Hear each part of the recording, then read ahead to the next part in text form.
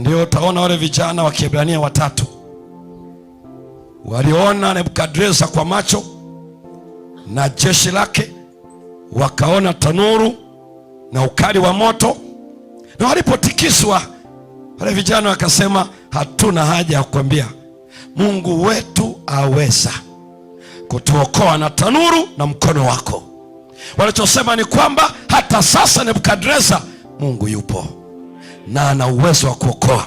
Kisha mstari wa 18 sura ile ya 3 ya Danieli wakasema, la, kama atachagua kutotuokoa sisi tumechagua kutosujudu.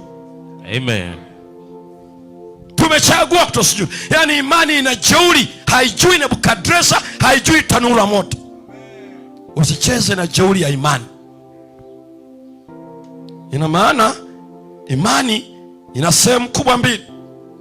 Moja, inaeleza Mungu anaishi na ana uwezo wa kuokoa.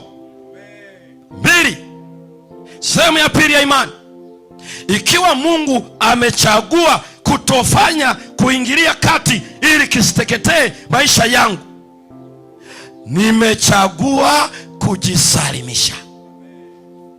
Imani inatambua Mungu yupo, ana uwezo wa kuokoa. Kama hawezi kwa wakati huu, kazi ya imani ya pili ni kujisalimisha. Maana yake nimekabidhi vyote kwa Mungu. Hii ndiyo jeuri ya imani, na kwa sababu hiyo peke yake ndiyo tu tiba ya hofu ya maisha haya.